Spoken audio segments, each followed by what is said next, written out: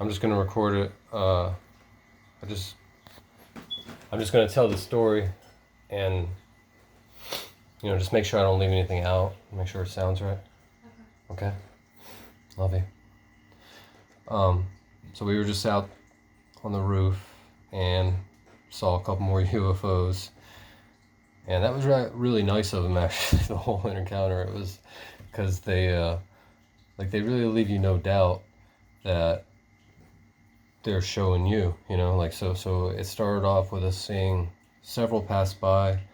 One of them came really close, relatively, because normally, to me anyways, they appear to be well above normal airspace. They're in the upper atmosphere somewhere, or even out of the atmosphere, I'm not sure. But this one started, a little bit higher and came down pretty low, still above the plane line, I would say, for sure. But yeah, definitely brighter and lower. And then me and her were talking about it, and one came by and flashed really bright. And right at that time, I was talking about how they keep just coming overhead, like they're not going anywhere. They're just like you see them come right over our heads and then they vanish, right? So they're just showing us that. And right as I said that, a bright one flashed. And then I asked, can you flash again? Can you show us again? Right there? Mm-hmm. Does that sound right? Yeah. So and then boom, another big flash. And then right then they started flashing, and then several came, like almost like a meteor shower, but except you could definitely tell it wasn't meteors because they were much brighter, moving at differential speeds and in every direction, and they're just a bright flash, and they can make the lights go on and off. So again, they're leaving you no doubt, and several times through the whole encounter. And then after that, there was flashes where you could tell they were listening to our conversation, like they were tuned into us. Also, I got several. I didn't get any telepathic messages or anything, or not like in words or anything, but I got several feelings. One time I felt like I got blasted almost with a psychedelic or something. Yeah. So like I say, this isn't just happening with me. This is happening to people all over. This has been happening. This is a common story.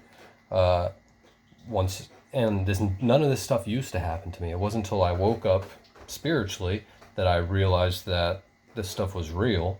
And then, of course, realizing it was real, then I started to seek, more contact, more awareness of it, more knowledge of it. And pretty soon, they started showing up.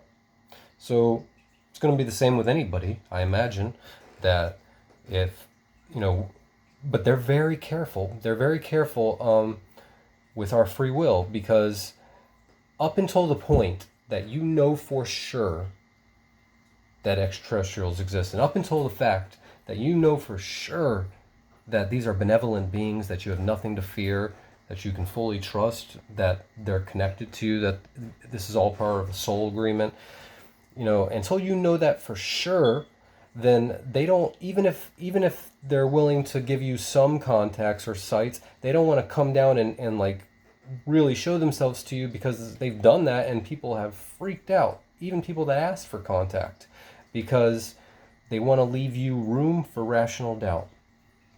They always want to leave you the ability to doubt and decide for yourself.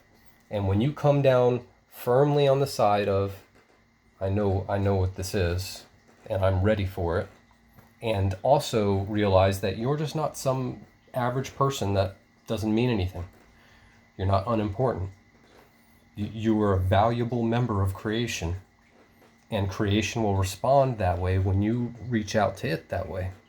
When you reach out and say, okay, what can I do then? If I'm this, then as a member of the team, what can I do? Then they'll respond. And they have for me. Love and light. Anything else, baby? That sound right?